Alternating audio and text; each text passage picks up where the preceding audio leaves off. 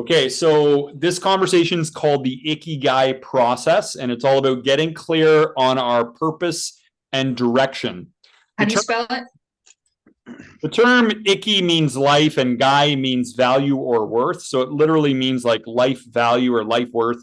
This concept comes from a 1966 book by a psychiatrist. I don't know if I'll pronounce his name right. It was like Maiko Ka, and it was like Ikigai-ni-tsuite was the name of the book. So it's And all how do you spell Ikigai? Ikigai. So I will just share screen this, and can you see that there? Oh, yeah. Yeah, so this is a little handout I put together based on it, and Thanks. kind of took a lot of this concept. I've innovated and added a lot to it, but there's a diagram that comes from this work that I'll show you kind of encapsulates everything. So as you can see here, we're going to be doing this to get into alignment with your true identity and purpose, kind of like getting clear on your niche in life, increase motivation, create stimulus for growth, develop resilience for hard times, create a foundation for forward movement, progress, and direction, and validation if you're already following your reason for living. Now, we've talked about purpose, specifically the Frankl process based on the work of Dr. Viktor Frankl.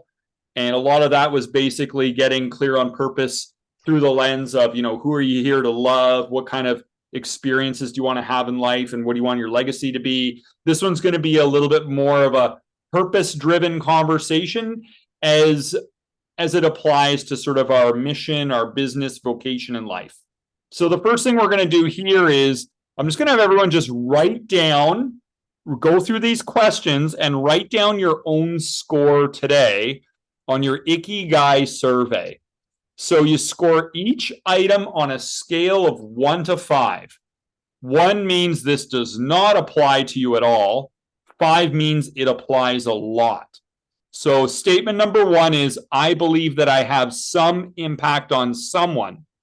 So if that does not apply to you at all, you feel like your life is not impacting anybody in any way, you put down a 1. But if you feel like, okay, I'm really being a force for good and I'm helping some people in a very clear and obvious way, you could put a 5. Right? So that's point number 1.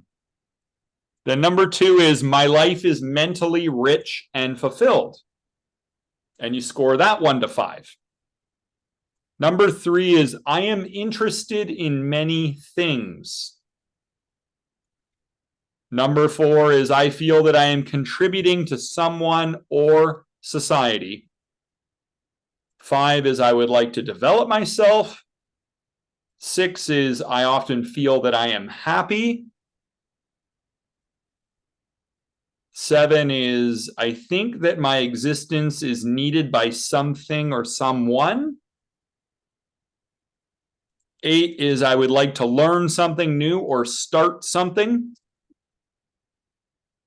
And 9 is, I have room in my mind to think about future goals or the meaning of my life. Okay? So,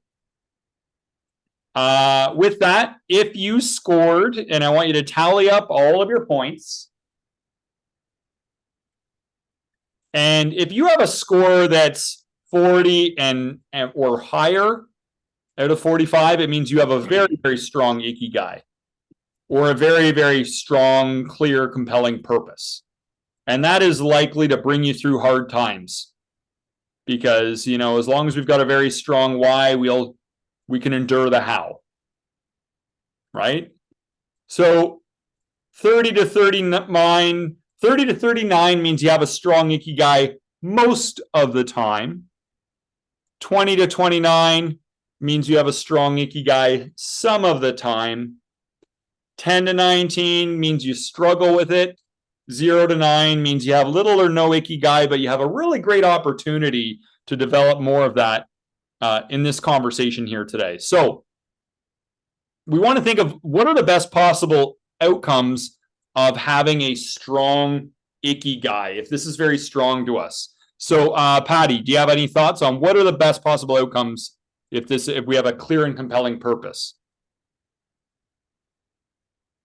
Well, I think we're not only being self-fulfilled, but we're providing fulfillment and purpose for someone else. So there's influence. Yes. Not Yeah. only are we fulfilled, but we're also providing influence Yep. We're to others. contributing, which can give a sense of fulfillment, sense of purpose. Right. Excellent. Love it. Love it. Coots, any thoughts on what's best I possible like, outcomes of having a strong Ikigai? yeah, I like the thinking of it a little differently, I guess, sort of the sense of certainty.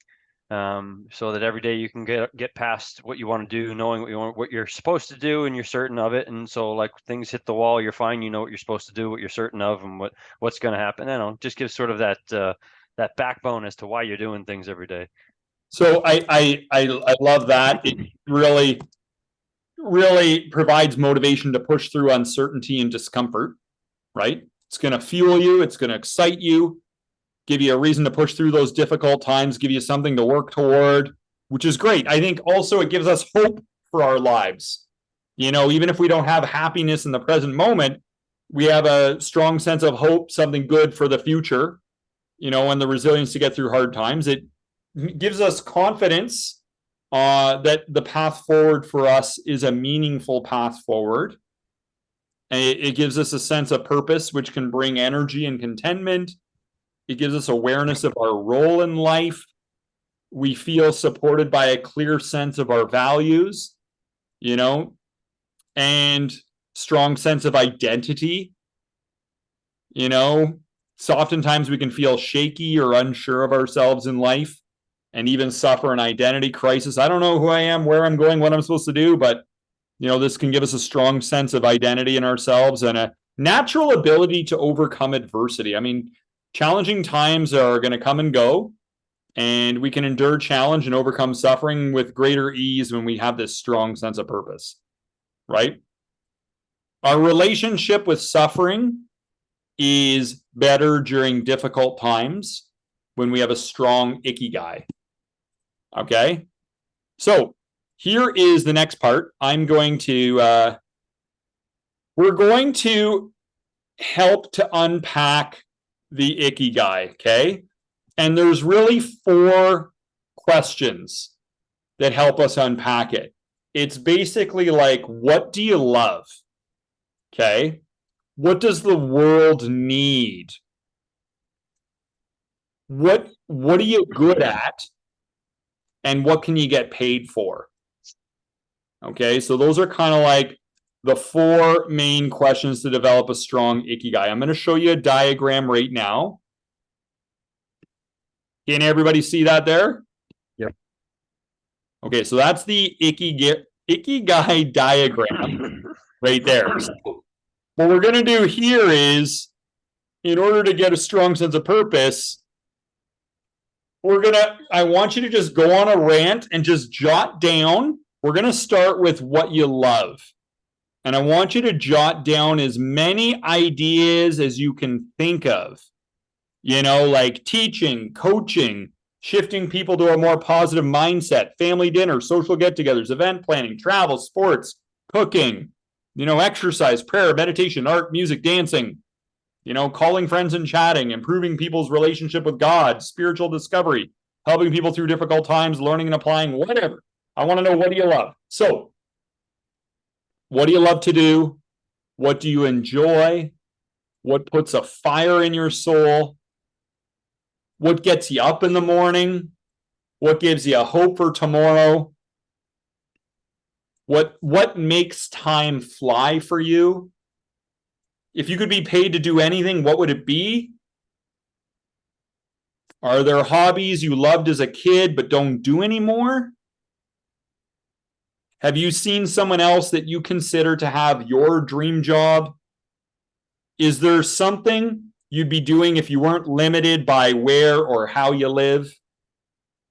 Is there something you used to be good at that you kind of miss right now? You know, is there a talent you haven't been able to pursue lately? So consider some of that stuff and write down things under the category for what do you love?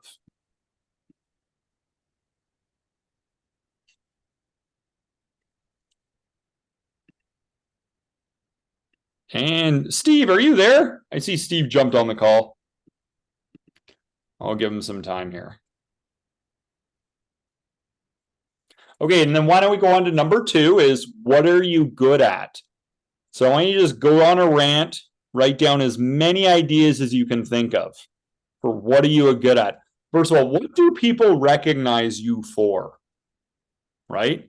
People might recognize you for Coots for having really great health tips related to supplementation and sleep and recovery and exercise form and technique and motivation. And Patty, people might recognize you for being able to get stuff done. You know, being able to help people figure themselves out. You know, being able to inspire people to make the best of themselves. And you might be good at making people feel loved and appreciated, right? And making people feel like they matter and all kinds of good things. So write down, what do people recognize you for? What would others say are your strengths? What do other people think your strengths are, even if you don't think of it? You know, if you ever get awards or recognition in any way, what do you get it for? If you had to be completely self-honest, you know, in what areas do you outperform your peers? And what can you do for others? Now, as you're unpacking what you're good at, there's generally, you know, like 4 types of people here. There's kind of like the organizer types, people that are really good at deadlines, results, schedules, directing people in the big picture. There's like the energizers. These are people that are outgoing, enthusiastic, optimistic, and can get people excited, right? There's the empathizers, the emotionally intelligent, patient people that are good listeners, supportive and intuitive about how people are feeling. And then there's the analyzers, like the detail-oriented, systematic, careful, cautious people that are able to spot issues that could be problematic. You know, so if you're thinking, what are you good at? You know, maybe public speaking, sales, marketing, shifting people to a more positive mindset, taking the complex and simplifying it, helping people understand themselves, innovation, improvising, motivating people, bringing joy to a room, administration, building strategy, athletics, planning, preparation, delegating, maybe active or deep listening, money management, investing, project management, organizing ideas, being coached, developing education systems, problem solving, loving people, persuasive writing, social media moderating. Just write down everything you can think of that you're good at. Don't hold back. It's just literally everything. So now we have one list for what you love, another list for what are you good at. Is everyone clear on that? Now we want to consider, now what you love and what you're good at are great. As you can see on the diagram, that leads to your passion. You know, I might love baseball. I'm good at it. You know, the world does not need me playing baseball necessarily, right? And I'm not going to get paid for it. Certainly not.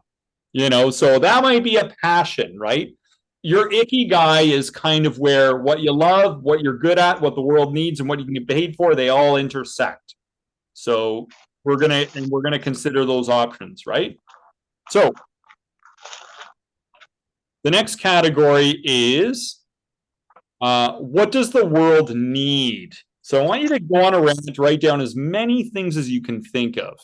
What does the world need? What mission feels most useful to you? Right? What can make the world a better place? What will give humanity hope? What will nourish people physically and mentally? What will move society forward? So maybe the world needs inspiration to live more virtuous values. Maybe the world needs more helpful guidance on how to take care of the body and what we put in the body and how to maintain the body physically, right? Maybe a mission that feels useful is helping people be more in love with nature, right? So we're not abusing our natural resources and treating animals like objects and maybe having more compassion there, right? So it's like, we want to think maybe it's like healing aches and pains is something the world needs, because there's a lot of people who have knee pain, shoulder pain, neck pain, back pain. Maybe it's positive psychology because there's so much negativity and fear and insecurity there. Maybe it's open-mindedness and setting an example on open-mindedness, because so many people are so closed-minded, narrow-minded in their points of view and opinions. Maybe it's passion for learning. Maybe it's healthy relationship strategy or business strategy, or, empowerment, improving self-identity, or,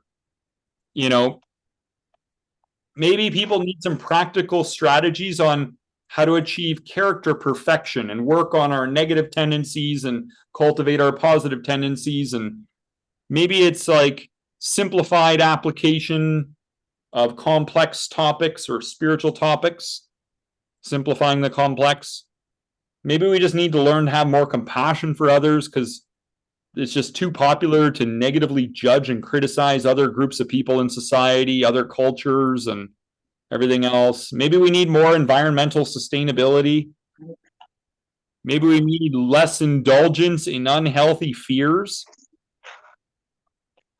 Maybe a higher value on love as our chief motive for our behavior, rather than self-glory and self-gain and just excess money making.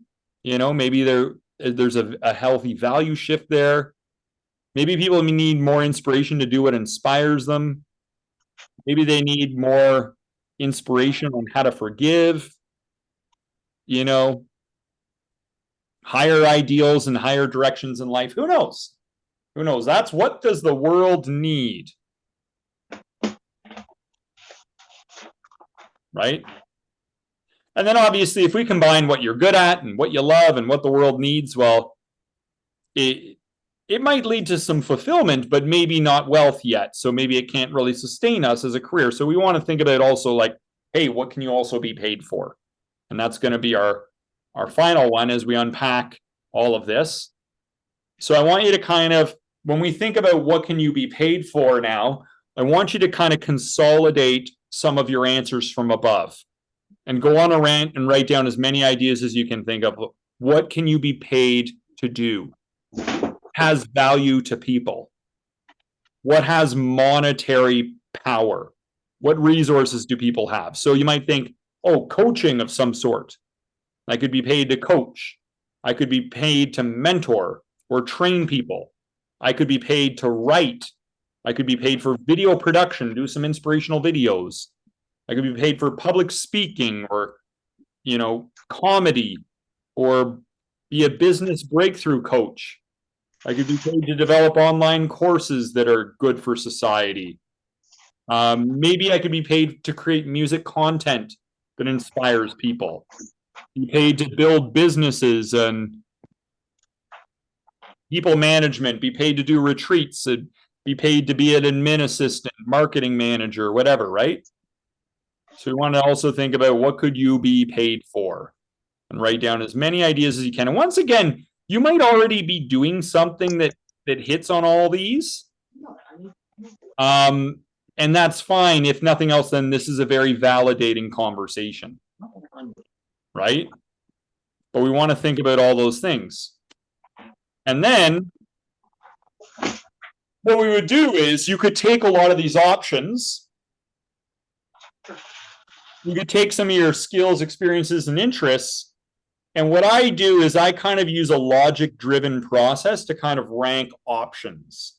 So if somebody's considering a bunch of things right now, right? So let's say it's, let's say Dave Coots, one of his options is personal trainer. His interest level is a 5. His skill level might be a 3. Okay. Usefulness to people, that might be a 3. A lot of people need that. That puts him at 11. Likelihood people will pay, maybe a 2 out of 3. That puts him at a total of 13 out of 14. That would be a very strong category for him, right? To be a personal trainer. Now, let's say he's considering being a nutritionist.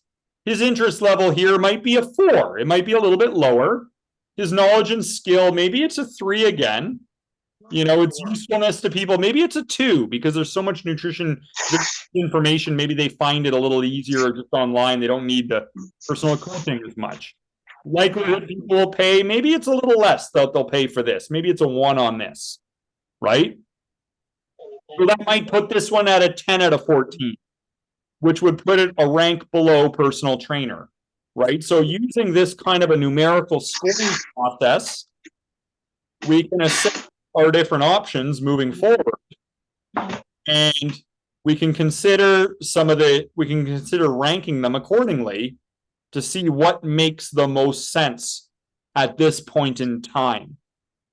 And this can always change over time. But usually, like if we're considering like a whole bunch of different options, another thing could be, well, maybe Coots wants to consider, doing social media, being a social media content creator, doing Instagram videos for fitness professionals. Maybe his interest on doing that is a 3. Maybe his knowledge and skill level is a 2, right? The usefulness is probably a 3. There's a lot of people looking for somebody like that, right? Maybe likelihood people will pay. Maybe that's a 2, right? And so that puts him at 10 out of 14, okay? So once again, not as high as personal trainer. So this actually helps us gain clarity and perspective on how we might consider some of our options moving forward as far as Ikigai goes. So before we move forward, Patty, any thoughts or ideas at this point as we've worked through this process? Well, one of the things that I think is coming to mind for me is it's really about your mindset when you come to the table to fill this out for yourself. Because if you come from a place of, well, I don't really know anything, your attitude, your inner attitude will really impact how you see yourself and how the world sees you. So how you show up to this exercise is really important. Yes, that's a really good point. How you show up makes a big difference on how self-honest and brutally honest you're going to be with this stuff, right? Like, this isn't the time for false modesty to pretend like you're not good at anything. This isn't the time for false pride to pretend that you're better at so many more things than you are. Like, we just got to be self-honest, take like a high-level overview, and just kind of map out the land in terms of what's best for us moving forward. Love it. And the other thing that I think is important is we have blind spots. So I think it's good for us to do this as an exercise for us, but also I think it's good to take an accountability buddy, if you will, and take a partner who knows you and just kind of say, well, what are some things that you see, about me that are my skills and experience, or that you see as my interests, and then just kind of go through this with them and see what matches up. Because sometimes I don't think that we fully can see ourselves in our full potential unless we are around other people who are like-minded and can speak into our lives in a way that is informative. Perfect. Yes, that's very, very helpful. Ask other people, hey, what would you say you think I'm good at? For example, Coots, you knowing Patty, what do you think she's good at? I would say she's good at motivating a room. Yeah. Yeah, absolutely, for sure. Getting everybody ready to high five. Yeah. I'd say you're a good energizer. Remember I talked about different types?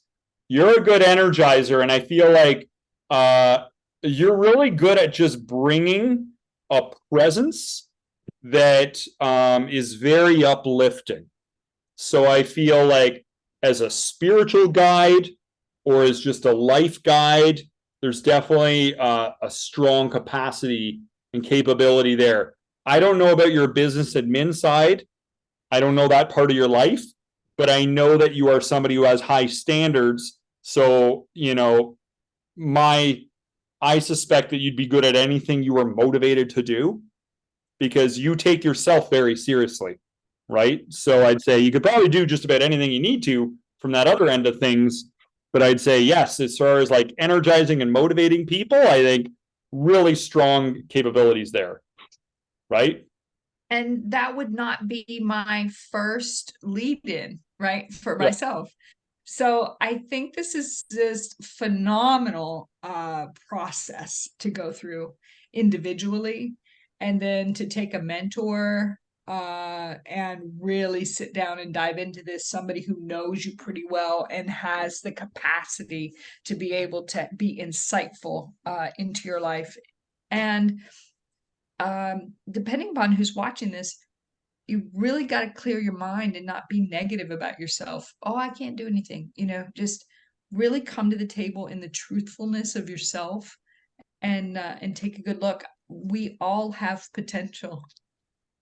Yeah, that's a really good point. I'm glad you brought that up, because what I would say is that if that is a roadblock at this point, I would suggest the self-concept cleanse for cultivating greater self-acceptance as a prerequisite, and also the golden nugget conversation. Golden nugget all the way. Yep. I think if you're not scoring above a certain number on this out the gate on the first 9, then you're going to have to go back and do golden nugget or self-image cleanse or something like that. Yeah. So doing that kind of work and can be really helpful. Just being able to like own some of those disowned parts of ourselves, right? Because I think we have to really accept ourselves before we're gonna really work with ourselves in the appropriate way. Steve, welcome to the conversation. Oh, thanks. Okay. So, and Chris is here too. He commented this process may take 1 or 2 hours a day, so you can think over time. Yeah, for sure, Chris. We can take this and we can go through this process and just give it time to sink in, right? So I'm gonna hit. I'm hitting. Oh, that's. I'm trying to hit pause on the recording so I could ask Steve how he's doing, but I can't really see the recording button, pause button here. Steve, but yeah. Oh, creepy dude. Yeah, it sounds like Ikigai. creepy dude, Ikigai. That's all you need to do. We're just talking about creepy dudes today, Ikigais, and how that's what purpose comes down to. Because Ikigais, they have a purpose. It's a creepy, icky purpose, but whatever. So I got a quick question on this. Yeah. And having come late again, but is there a term for this type of infographic where you like overlay the circles? Like, is there a term for that? Because I was trying to explain the concept to somebody last week, and I kind of had to go draw it and go, oh, like you've got a category here. Yeah. It's called a Venn diagram. Venn, that's it. N. That's right. Thank you. Okay. I'll put it in the chat. Venn diagram. Yes. Now, and I did not make that diagram. That's an Ikigai diagram, but that's what it's called. And it just kind of shows you how all of these things harmoniously work together, right? So you can see how, like if you're good at it and you can be paid for it, it's perfection. Like you might be a good computer programmer, but you don't love it. Maybe you're good at timeshare. You can really convince people to sign up for timeshares, but the timeshares are a ripoff. World doesn't really need it, and you don't really love doing it. It's a profession, right? So it can kind of show you what you love and what you're good at is passion. What you love and what the world needs is mission. The mix between what the world needs and what you get paid for is vocation. You combine them all, and that's really where you're going to hit the sweet spot in the middle. That's the concept of Ikigai. So you want to think about.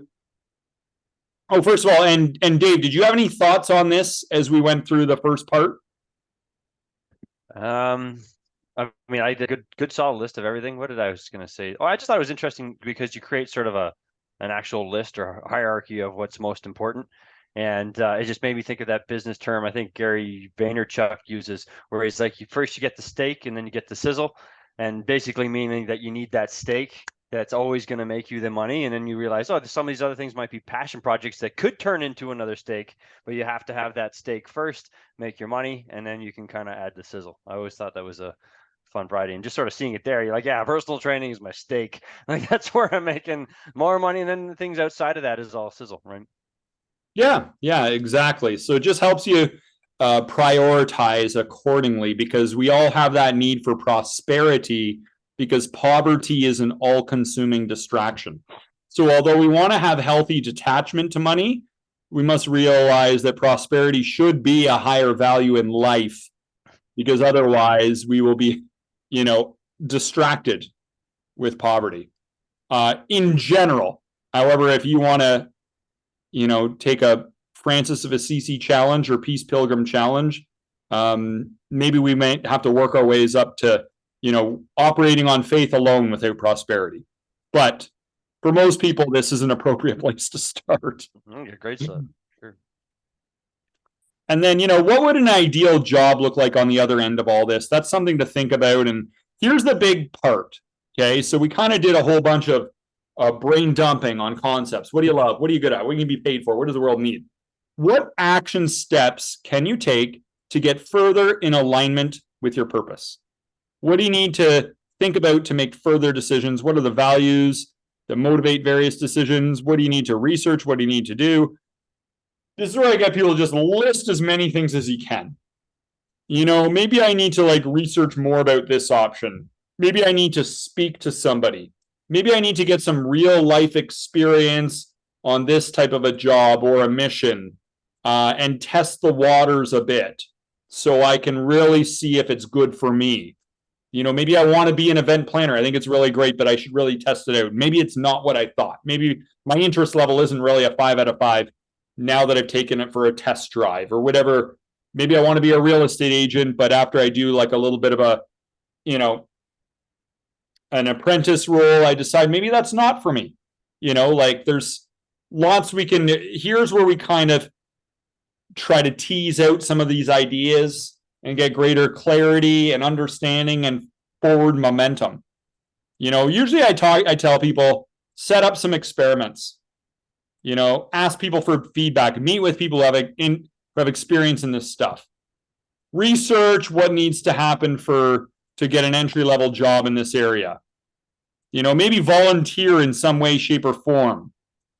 I can think of an example. It's very humbling, but, at one point I was running boot camps, and we thought about the idea of running. One of the guys that I had working for me, one of the boot camp instructors, had suggested running boot camps for kids and kids' birthday parties and fitness-themed boot camps and stuff. We did one and it was a disaster. Kids were crying. None of us knew how to handle crying kids and the parents and everything else.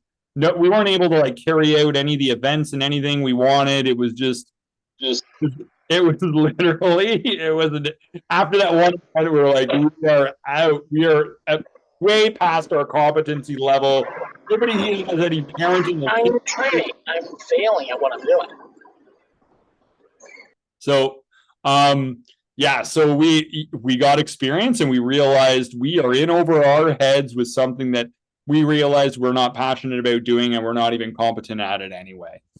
Right. So, that's some things we want to think about, all the different steps. Joining a mastermind can be helpful. Blocking off time to move forward in life. Building content and systems and studying subjects and getting a clear plan for somebody who knows this territory. Looking for opportunities.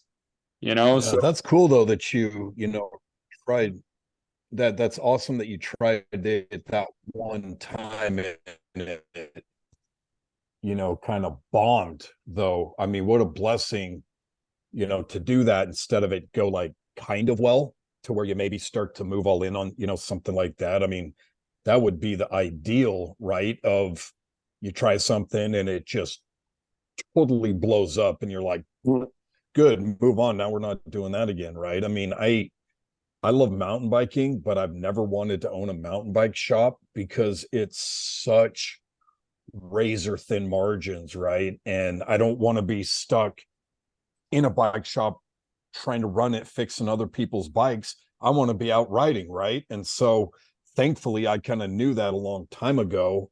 And so I was like, I don't have any interest in trying to do like a business side of something that I love so much. But what if I had drawn up a business plan and tried to get a loan and go in on this whole thing and struggled for, a couple, you know what I mean? So I think that's great that you just tried one program Yeah. and had such a negative thing. I mean, that's a blessing. Brennan, can I get you to scroll to the top page real quick so I can look at one word on the Venn diagram? Yeah. Perfect. Thank you. I'll send you this. I'll throw this in the chat for you guys. Perfect. Okay. Actually, I'll throw it. I'll attach the video link and then throw it in the chat when we're Thank done. you. Okay. Yeah. So perfect. So the idea is if you're going to run an experiment, make sure it's a low cost experiment, like that you're not overly invested in it. So it's easy to back out if it's not the right thing. Like I remember one time I job shadowed in a particular profession, and I realized that all day long, it's just not fun work. It's just very monotonous. The people there do not like their job. They're talking about reality TV show. They have a reality TV show pool in the back. Nobody was passionate about it. It was just like, and I was like, thank goodness I'm not going to go do my master's so I can work at a clinic like this, because it feels like walking into a funeral already. It's like, my goodness, I want to do something I'm going to be passionate about, keep learning instead of just doing the same mundane things, like, so you want to just think about low cost experiments. So you aren't like tied into too invested in this concept that you're going to turn a blind eye to the reality of the situation. Right. So yeah, we want to think about that. And then the main thing I say is, what support would you like to get to move forward, and what's the best way to reach out? For depending on what you're going to be doing, joining a group forum or reaching out to volunteering, checking your network for opportunities in a specific area, right?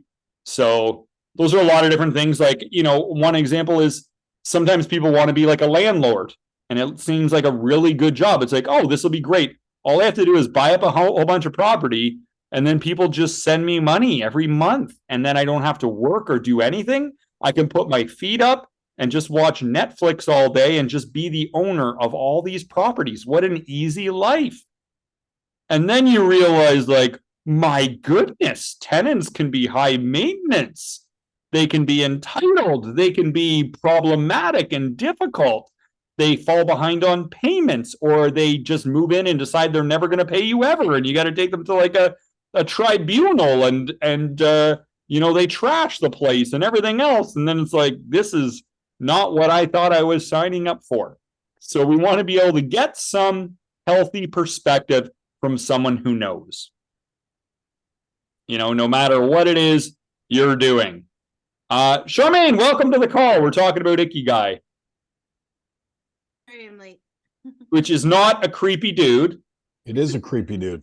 Okay, we're talking about creepy dudes today. Does someone want to just summarize for Charmaine the concept of Ikigai? Kuti? The concept is Yep. about really taking a serious inventory of yourself. And Krishna said it's kind of like percolating, if you will, over these 4 main questions, which is, what do you love? And exhaustive list, of all things, just whatever comes to your mind. What does the world need? And what are you good at? And how can you get paid for it?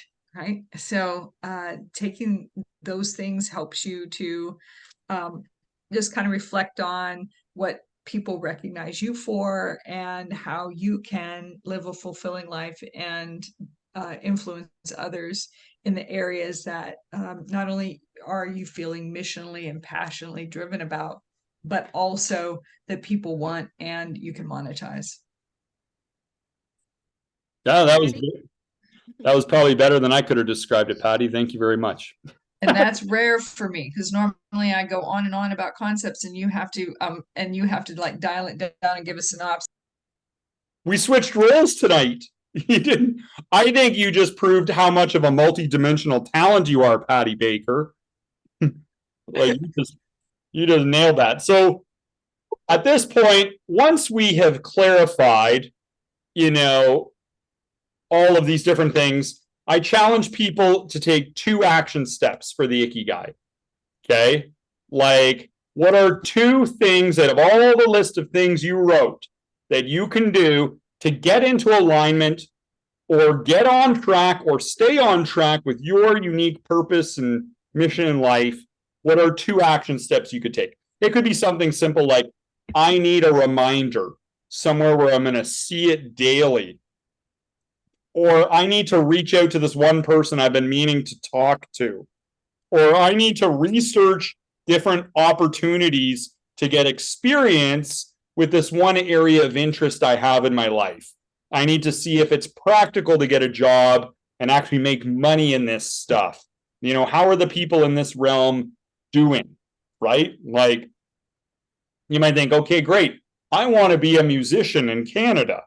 I wonder how some of the Canadian musicians are doing financially. Can you really get paid to do this in this day and age? Or is it really like a full-time job that pays you less than a part-time job would? Well, you could make money in the summer of 69.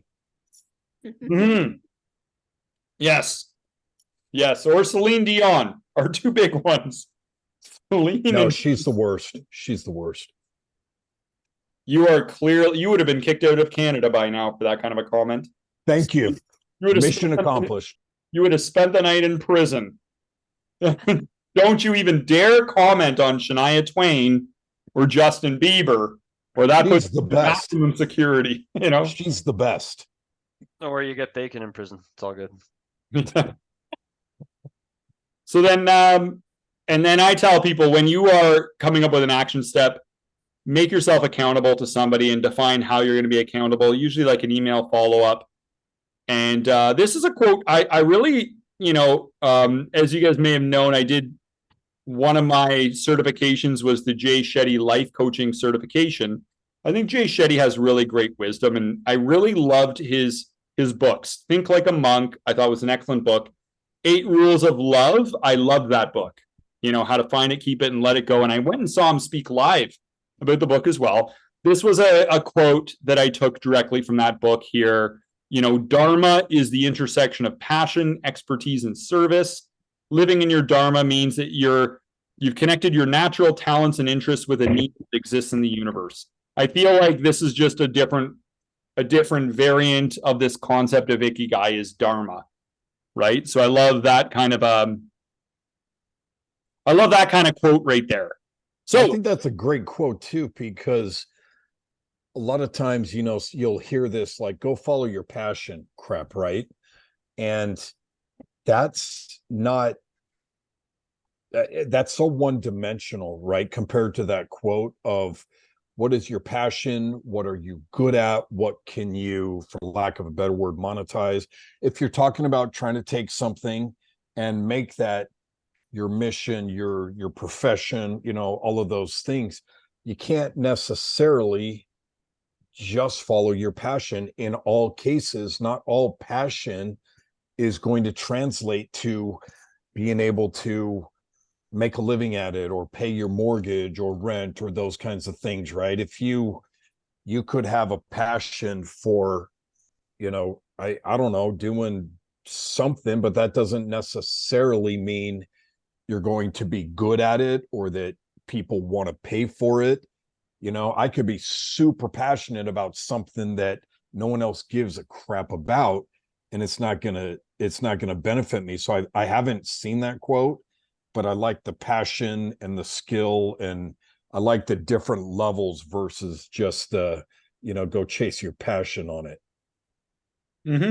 Yeah, we need to have the intersection of passion, practicality, and profits at some level, prosperity. Yeah. Right? 3 Ps. I just made that up right now. Nice. But anyway, can anyone see any obstacles or roadblocks or things that might get in the way, self-limiting habits, behaviors, or attitudes that might get in the way of the fulfillment of one's path with their ikigai. What could get in the way? You might not be able to identify a way to get paid for something because you haven't in the past, right? So there may be a way to do that, or maybe someone in this group has the idea, or a mentor can help you with that. But a limiting belief could stop you in the area of getting paid for something because you don't know how to do that. That doesn't mean it can't be done. It just means you haven't found the solution yet. And so, someone who's not, doesn't have grit or fortitude might just say, well, I don't know how to do it, so it can't be done. Screw it, I'm done. I'm out next. Versus just kind of going after it and saying, there has to be a way, because people do these kinds of things all the time, right? People start businesses all the time. So the kind of that past performance doesn't always equal your future performance, because we have the ability to change and expand. So just because I haven't done something in the past doesn't mean that I can't do it, or the universe isn't going to allow me to do it. It just means I've got to help, find someone that can help me expand my vision. So our limiting beliefs or our narrow experience could kind of hinder us if we allow it. Yes, you're right. So some self-limiting concepts. I might think, okay, I am passionate about feeding raccoons. Okay, I love feeding raccoons. And then I might think, well, that's never going to pay me any money. But then, if I just film when I'm feeding raccoons, and my name is, James Blackwood, the Raccoon Whisperer, and I film it every night, and I feed a small army of raccoons, next thing you know, I'm a full-time YouTuber, right? Like, you never know, be open to all possibilities, right? So I think that the thing is, too, at some point, we make a value choice when we're pursuing these things, because a passion can turn into a profession. You can often find an excuse to quit, or you can be focused on finding a way forward. Find an excuse or find a way forward. How we kind of and you might notice some people are all about finding excuses for everything. Other people are all about finding solutions. But that attitude choice can definitely get in the way of our ikigai, because if you're looking for a reason to quit, you will definitely find one at some point that seems pretty good and pretty logical, right? So Chris also added, there might be some, with new thoughts and beliefs when you go forward on this journey, there might be some unfamiliar feelings. You might have some insecurity. You're going into new territory, right? So it's like, okay, well, I've always known this kind of a job and profession. I'm going into this territory, and that might threaten you on a subconscious level and lead to insecurity. So I think one of the big things is, having constructive ways to deal with feelings of insecurity as you move forward. Now, dealing with insecurity, really bad ways of dealing with insecurity are just to talk yourself in circles about your insecurity, right? It just makes things worse. Really bad ways of dealing with insecurity are numbing your pain and insecurity with drugs and alcohol, or mind-numbing, distractions, perhaps TV, social media, video games, whatever. But good ways of dealing with your insecurity, if you're moving forward with your call to adventure, might be having an extraordinary mindset. Being able to shift your focus to, hey, what's good about this? What can be learned? How can I make it better? A good way of dealing with insecurity is to have faith in something bigger than you, that your life is guided by a higher power, and just connecting in prayer and meditation and with that sense of supernatural hope that you are following some sort of a divine plan can help you with that. Surrounding yourself with people that make you feel secure, or making other people feel secure, can make you feel secure. So we want to realize that, there's going to be some some challenging feelings and emotions you might have. And it helps to prepare for your journey to do some of that inner work that can give you that resilience in difficult times. So, and Chris also says, other people may sabotage your progress. That is a great idea, Chris, or a great suggestion, Chris. So Chris is saying other people are going to sabotage your progress. Let me tell you this. Do some other people in life assume that your success equals their failure? Yeah, it might not make sense. They should really view your success as something that can inspire them, motivate them. It can lead to potential collaboration and networking. It can provide a role modeling example for them. And your success adds to the collective progress of society moving forward, but some people have these really weird attitudes towards the success of other people. So what do? They're going to consider your bravery and your progress a personal threat. And so what are they going to do? They're going to probably try to sabotage you on some level out of envy, right? So it can be helpful to be prepared for that. Have some thick skin,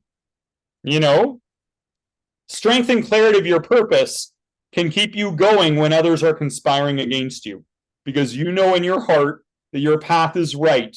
And you know that what you're going to do is going to have a meaningful impact and be a force for good. So in your own heroic way, you are willing to endure all these arrows that are shot in your direction because you're doing this to help people. And other people matter, and you care about helping people, and you care about this mission, right? So other people who are very busy dimming their own light don't like when other people let their light shine. You know what? Love them anyways. Just know that this is that's part of the journey. And that's part of what you must endure, but just remind yourself why it's worth it. So that's another obstacle. Well said, Chris. Anyone else have any thoughts on obstacles that could get in the way as we pursue the Ikigai?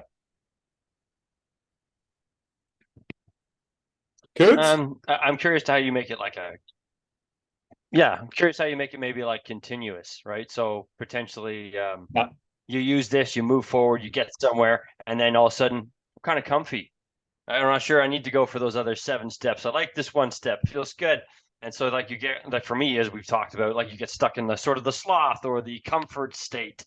Yes, you're right. And complacency. That would be something for sure. Complacency, for sure. Yeah. I was actually thinking that one. I was like, okay, what'll happen is sometimes people will get complacent. And here's the key. Self-awareness leads to self-regulation.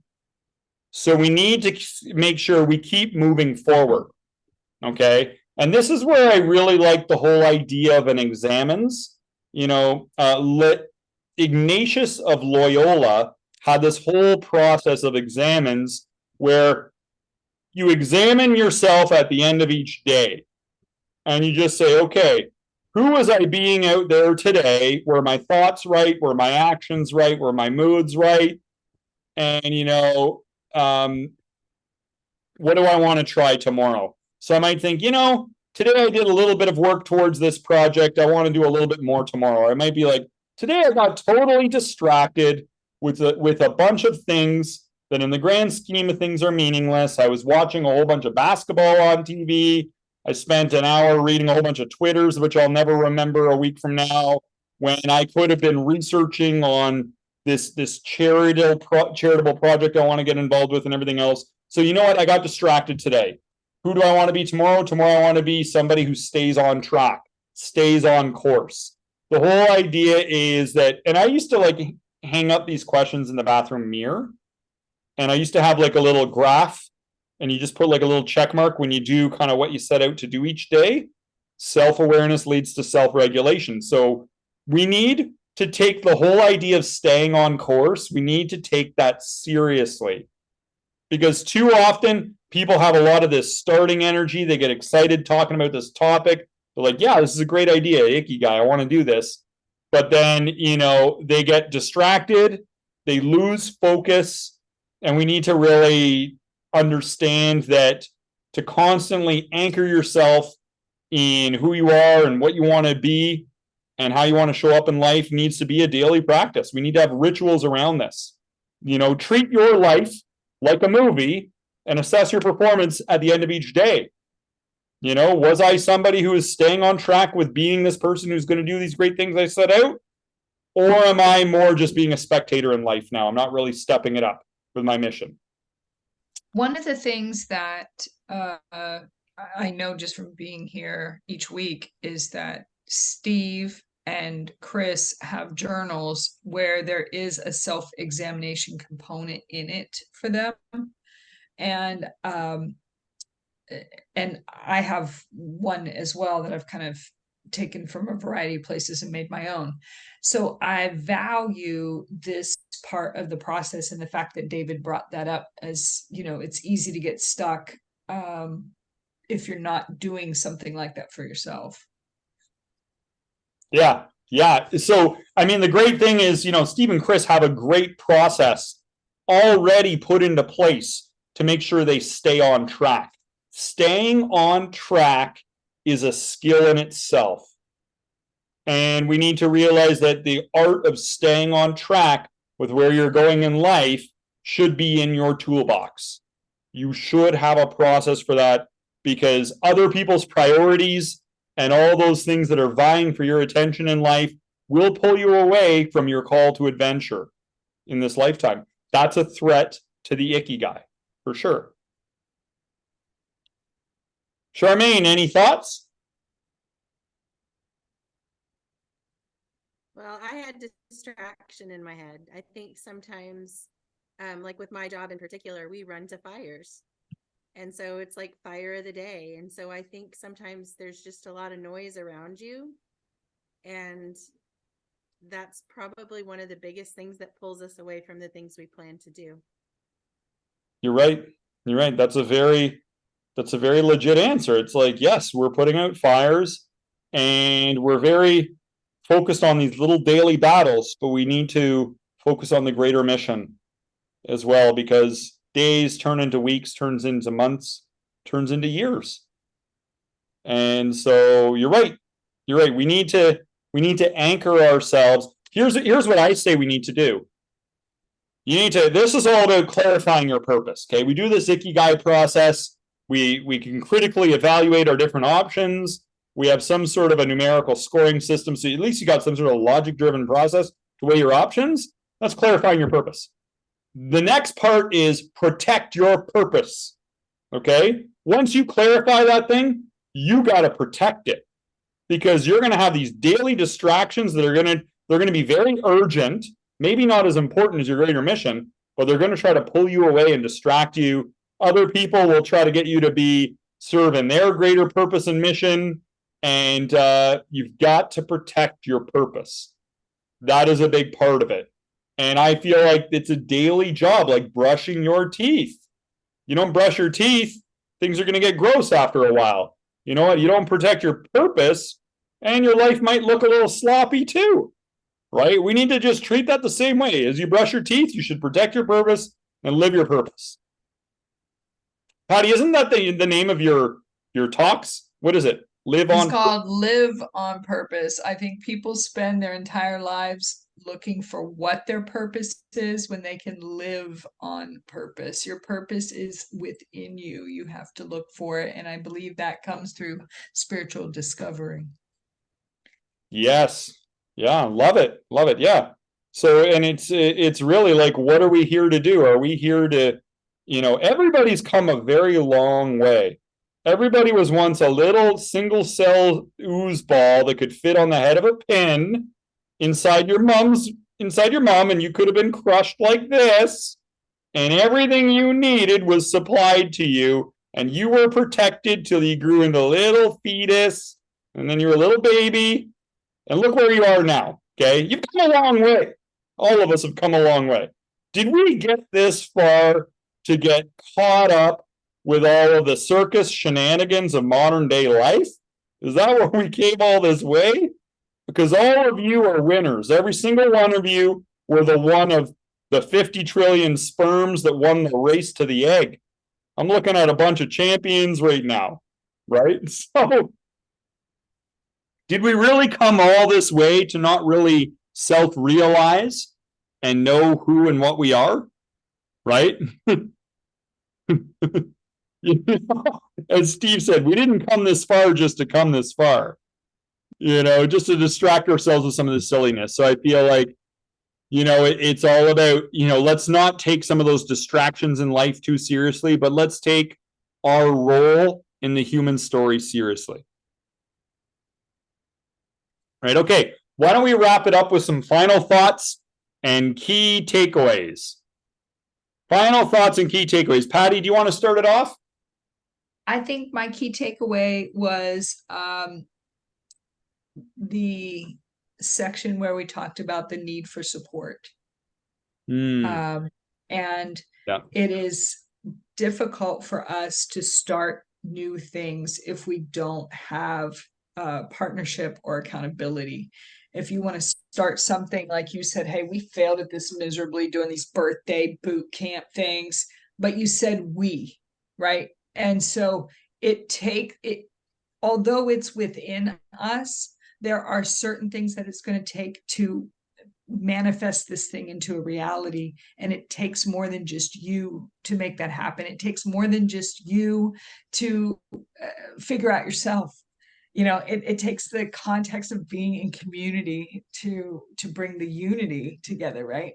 And so I think the self-discovery comes within ourselves, but also it's reflected because other people around us become a mirror for us. So there's support in the self-discovery of who we are and how we're designed and what we have to offer and how we can monetize it. But then it takes the support of one or more people to make that happen. Yeah, I love it. I love it. And you remind me of one of my favorite things is I love to lose with people because I love to be a really good loser. I really do. There was a moment about a week or two where there was a big loss in life with somebody. And I said to them, look, we're here. Let's have some fun. Let's go get you some of those gummies that you really love. Those little gummy snacks, some sweets to soothe the sting of defeat.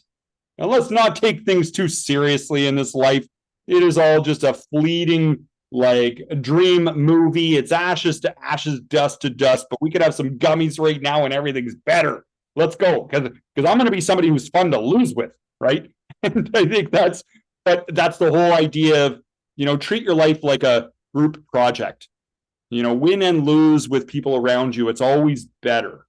Having people and support around you always makes those more challenging times easier to get through, and there can even be some fun with it, right? Love it. Steve, why don't you go next? I kind of coming late on it, my takeaway was just the mechanism, having those 4 components identified, because I don't know that I would come up with these 4 categories on my own to sit down and try and, if I was going to come up with this exercise from scratch, to kind of see how all of these intersect. I don't think I would I'd probably get like, what do you love? What are you good at? But I probably wouldn't come up with, what does the world need? And, how can you get paid? So I like just kind of the mechanism of identifying the components to where I just have to plug it in, right? I don't have to go build the car engine.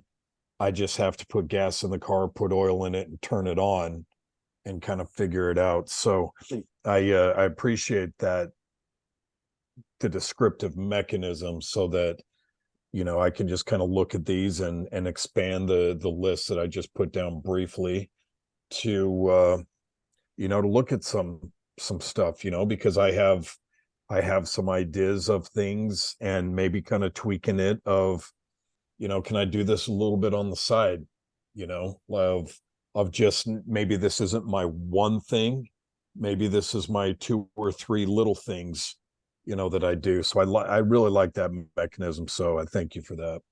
Yeah. It's and don't thank me, thank the guy who wrote the book on it. But the other thing is too that our answers will change as we change. So Right. I recommend with this kind of a process, as you mentioned, it's like a plug and play. I recommend for this one once every 12 months, once a year. just redoing this, because as we evolve, your Ikigai may evolve for you. So every 12 months would be my recommendation on that. All right, Kootsie. Final thoughts, key takeaways. Kootsie.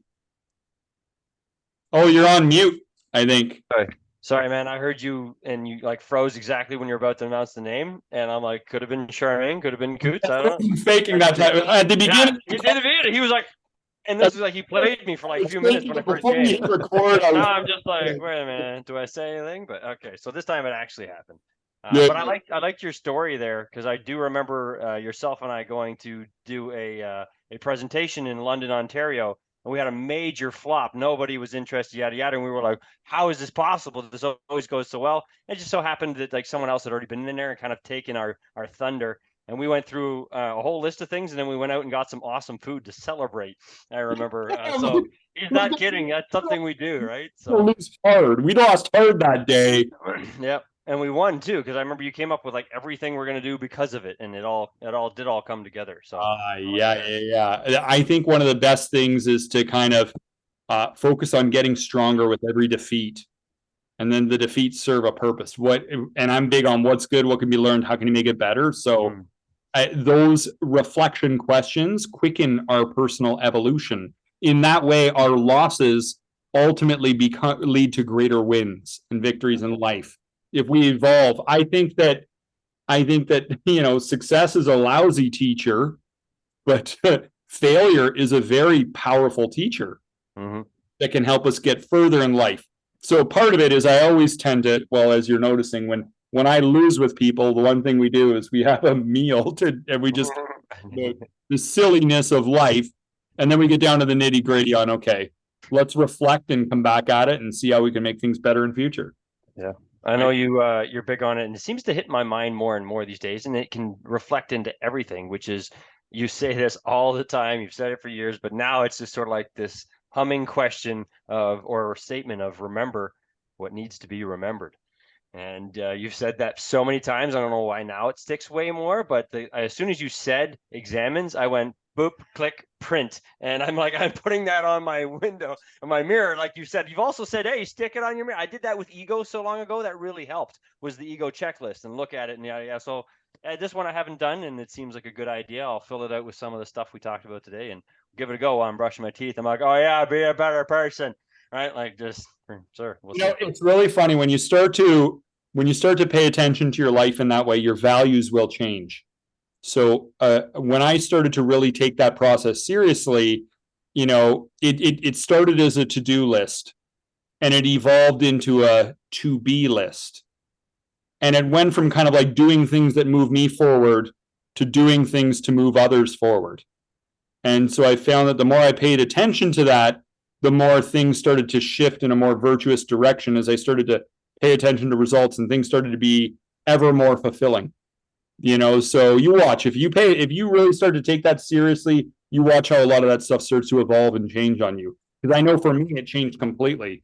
There's magic in doing that kind of a process, and showing up and taking yourself seriously. There's going to be some magical alchemy that takes place within you when you take yourself seriously on that level. Yep. I'll have to explain to Di why the mirrors are covered with paper, but we're not married yet. So love it. Charmaine, final thoughts, key takeaways. It's kind of a layer of things. First of all, I think, like I was saying earlier, I tend to get distracted by the fires of the day. And we had one last night, and I had that debate in my head. Is this something really that I should be doing? And so some of that is taking, in that case, I did end up looking at it, but I didn't dive in and stay up all night working on it. But just being able to ask myself the question is progress for me. Like trying to make a conscious decision about whether or not, I should get involved at that moment, whether or not I should push it to the people who should be doing it. Because I think sometimes I step in and do things because I feel like they should be done. I've got lots of shoulds, and that's a hard one to step away from, but I'm working on it. But also I think the word we has been coming up a lot for me lately. And I think a lot of people feel alone whenever, they get you'd or, with the idea when something goes well, everybody wants in on it, but when things go bad, they maybe don't, or they feel like they're very isolated because people say, you do this, you do that. And I think if we use the word we more, we can create more a sense of feeling that they belong. And so I think that's just a good word to use when you're talking to somebody about anything. Just helping them not feel alone, especially like you were talking about when things don't go well. The idea that they're not alone in their suffering, or not alone in something that didn't go right, or not alone in the defeat, just feeling like someone else is there for them can make a big difference in their attitude and their perception and what they do next. Absolutely. Absolutely. Yeah. There's power in that group support. And it helps us get to the next level. Now, one of the other things you mentioned is it reminds me of the Stephen Covey urgent versus important matrix. It's kind of like, the urgent and important items, we would put them in there. That's our must-do items. We got our important but not urgent items. But then we get like all these not urgent, not important stuff we need to stop doing. If people are like, Charmaine, hold on, I need to interrupt you. I need your picks for our March Madness pool at work. Stop everything. We need to do that. Hold on, this is not really urgent and not important. Why are you distracting me with this or whatever's going on, right? Like this kind of a matrix when we kind of put some things down. I had somebody who was had no time to get things done because they were spending all their time scrapbooking. Okay. And I'm like, hold on, that's not urgent and it's not really that important. Why don't you save that to when you're really old and retired? You can just scrapbook your life, then you'll look forward to it. And they're like, well, that's a great idea. Why don't I have scrapbooks about life when I'm so young? I'm like, yes, exactly. You're missing out on living your life right now. Scrapbook later on, right? So that was the conclusion they came to. So sometimes we just need to see things through this filter. Okay, these things are not urgent and not important. Let's not let them get in the way of what really matters. Let's keep the main thing, right? Well, and even if they are important and urgent, that doesn't mean that you're necessarily the person that needs to own it. Yeah, somebody else's urgency is not your urgency, and we can set healthy boundaries on that. Yeah. Right, and that's boundary boot camp can be really good for the Ikigai because other people will try to take you off of your Ikigai so they can fulfill whatever their missions are, right? So anyway, and then Chris, did you have any thoughts or final key takeaways if you're there? Hey guys, how you doing? Hey guys, Chris is here. Chris, good to hear you. Hey, man. Glad things are going well. Hey guys, I'm thinking about this in terms of having a warm heart and a cool head. When you're talking about passion, how to help other people, to help the world, but then also bring it down to the mechanics of doing that. I mean, a lot of people go in either one of the directions. Either they're passionate about what they do, but they don't know how to apply it down the road, or they kind of have an idea what to do, but they just don't have the passion or the emotional push for it. I think this is a great blend of both. So it's a yin and yang. It's a balance. Yep. And I think also I like the fact of how it makes you look at different parts of your life, like vocational, emotional, and other aspects that you would not normally visit to bring them more into focus, bring a tighter focus, a sharper focus into these categories. Mm-hmm. That's all I got right now. Sorry. What do you mean? Sorry, that's great. Passion and mechanics, yin and yang. You also threw some great comments into the comment section. Support from others is everything. Victories and milestones have so much more flavor when you just kind of create that group support around you and everything else. So love it. Okay, everybody, great job out there today, and all special honor and respect to all of you for being a part of a call that we're going to throw out there for the public to help anyone else out there who might benefit from this conversation. In some way, we are all kindred spirits with you, and we're here to support you in your journey because we're all going through this human experience, trying to make the best of it. And all of us are here to, in some way, share what we're learning, what we're experiencing, in hopes that it might benefit suffering humanity, because I feel like that's what it's all about in many ways. We're all in this together, this confusing human experience thing. So let's do friends forever on 3. Fist bump, group hug, we're out. Okay? Everybody ready? Okay, here we go. 1, 2, 3. Friends forever! Friends forever, Friends forever. enemies never. Enemies never. Love you guys. I love you guys. Have a great week.